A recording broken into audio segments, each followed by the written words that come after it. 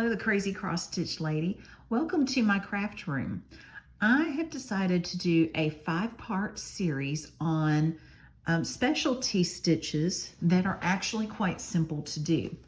Now, in cross stitch, we typically don't do a lot of specialty stitches unless they're part of a sampler or some kind of a special border or something. But it's always good to have those in our toolbox. And I thought especially for stitchers who are just beginning, these stitches are easy to do, they're easy to learn, and it'd just be something really neat to have in your toolbox just in case you would like to use them. So today's tutorial is going to be how to do the Smyrna stitch, or what's also called the double stitch. And you're going to see why it's called double here in just a minute. So in order to do the Smyrna stitch, now a lot of people will do it on an even weave or linen, but you can most certainly do it on Aida. And there are a couple of different sizes that you can use for the Smyrna stitch as well. So let's look at how to do the Smyrna stitch the way people would typically do it. Especially they would do it for a border or something like that. So normally with this is a 14 count Aida, and normally what you would do is, you typically stitch over 1, right? Well, for the Smyrna stitch, we're going to go over 2. So even on Aida, we're going to now go over 2. So what we're going to do at first is just make a regular cross stitch, except I'm going to go over 2. So instead of going into this hole, and let me zoom in just a little bit there to help you. So instead of going into this hole, I'm going to go into this one. I'm skipping this one and I'm going to go into this one. That would be over 2. So let's make the first leg of our X. And now we're going to come down. We're skipping this hole and we are coming down to, well, that one, okay? And we're just going to make the second leg of our X. Just like that, okay? All right, so now we have a regular cross stitch that has been done over 2. Now, to make it a Smyrna stitch, or as they also call it, a double stitch, what makes it double is that not that you're doing another cross stitch, but we're actually going to make kind of like a plus sign.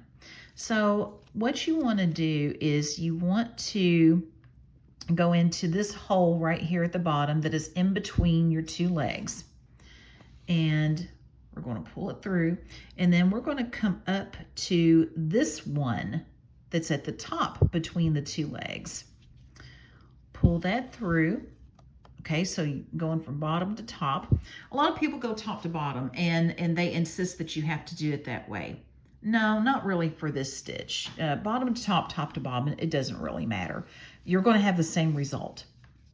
Now the next part, we're going to finish making the plus sign. So this right here is the first part of the plus sign. Now we're going to go into this hole to the left that's in between the 2 legs. Pull it up.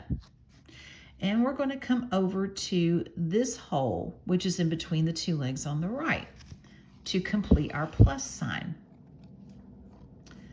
Okay, so now we have the regular cross stitch going this way, okay?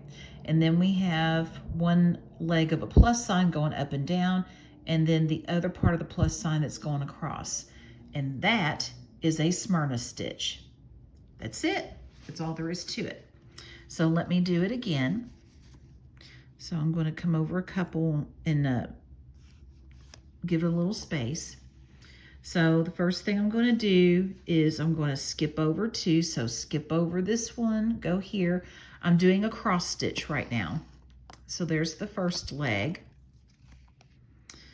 Then I'm going to come down to this one because I'm skipping over this one.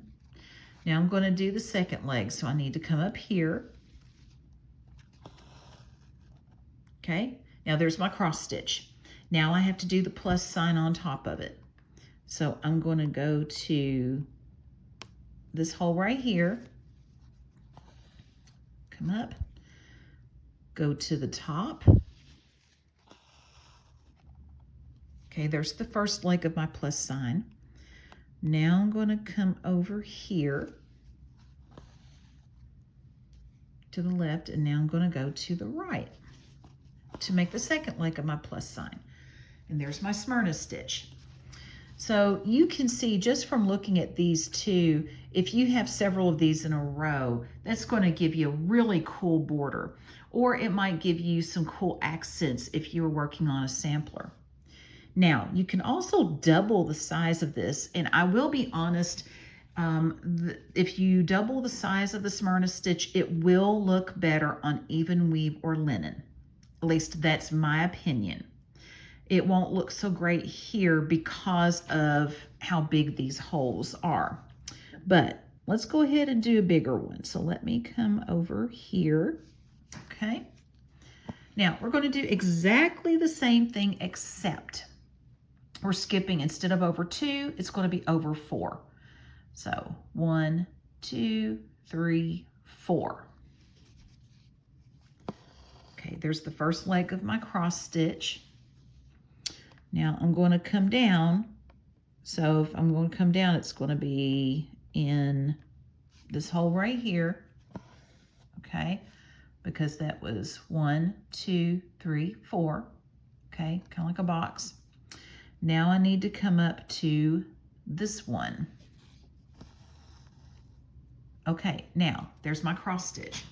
Now I have to do my plus. So I'm going to come right in the middle of the 2 legs at the bottom. And I'm going to come up to the top between the 2 legs. Okay, there's 1 leg of my plus sign. Now I'm going to come over to the left in between the 2 legs. And I'm going to go over to the right in between the 2 legs to make the second leg of my plus sign. Now I have a much larger Smyrna stitch. I did it exactly the same way, but I just doubled the size of it. Now, can you make them even bigger? Sure, you can make them as big as you want. Most people don't because, you know, the way cross stitch pieces are, we don't need it. But we definitely use these, and you definitely may want to use some larger ones as well. So that's how you do the Smyrna stitch. So let me do the larger one again. Okay, so there's my spot. Okay, I'm going to make my X first. I'm going over 4 because I'm doubling the size of this. This was over 2, so I'm doubling my size. 1, 2, 3, 4. Okay, now I'm going to come down here so that I can make the second leg of my X.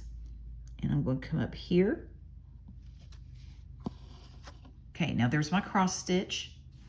Now I got to make my plus sign, so I'm going to come to the middle here, go up to this middle one here, then I'm going to go to the left,